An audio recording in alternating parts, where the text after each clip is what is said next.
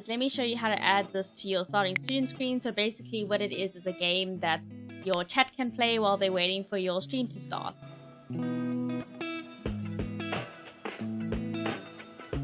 Okay, so first thing you want to do is head over to your browser and search for Intro Fighters.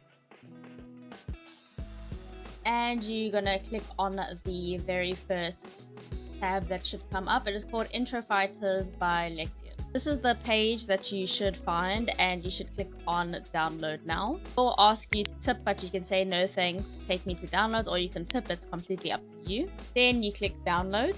Okay, then if you look in your downloads folder, it should go there. If you back click on that and you click extract here, once it is done extracting, you can see now that you have Intro Fighters. You double click on the folder, and there you can see Intro Fighters right there. You double click on that. Okay, now you can see that that opened up Intro Fighters. What you're going to do is you're going to connect with Twitch. Okay, then you click get your token. Okay, then you click connect. Once you do have your token, you're going to paste it here and click confirm. Then you're going to click start. Once you have loaded in, then all you need to do is add this as a game capture in your OBS. But also keep in mind, you do need to keep the Intro Fighters app open while you're streaming.